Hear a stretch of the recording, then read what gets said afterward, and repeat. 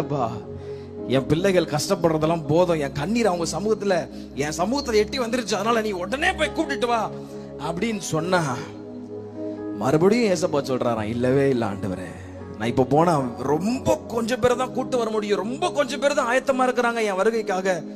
இயேசு கிறிஸ்துவை ஏற்றுக்கொண்டவர்கள் கொஞ்சம் பேர் தான் இருக்கிறாங்க, இப்ப நான் போனா கூட்டு வர முடியாது, எனக்கு இன்னும் கொஞ்சம் அவகாசம் கொடுங்க அப்படின்னு பேசிட்டு இருந்தாங்களாம். அப்போ இந்த டீ கடைக்காரர், டீ குடிச்சிருந்தவர் அந்த ஓரமா வந்தவரை பார்த்து கேட்டாராம், இதெல்லாம் கொஞ்சம் நம்புற மாதிரியா இருக்குது, நீங்க சொல்றத பார்த்தா ரொம்ப கதை விடுற மாதிரி இருக்குதே, ஏங்க எப்படி அநியாயத்துக்கு போய் சொல்றீங்க அப்படின்னு சொன்னா, அந்த டீ அந்த அந்த அந்த ஓரமா வந்த அந்த வயதானவர் சொன்னாராம், நான் அங்கிருந்து தான் வந்திருக்கிறேன்னு சொல்லிட்டு ஒரு நிமிடத்தில் அவர் மறைந்து போனார்.